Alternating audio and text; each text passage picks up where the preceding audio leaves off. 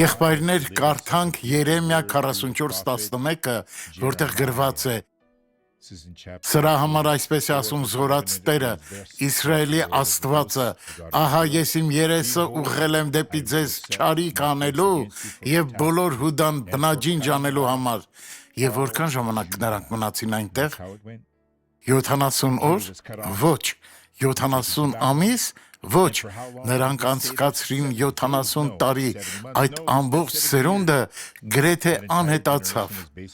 Նրանցից շատերը չտեսան Իսրայելի վերադարձը, բայց ոմանք տեսել են դա, քանի որ Աստված միշտ օրհնում է մեզ իր վկայություններով։ Աստված ձեզ օրհնի, բարեկամներս։ Աղոթենք։ Հայր, ես հիմա աղոթում եմ բոլորի համար։ Ես օրհնում եմ նրանց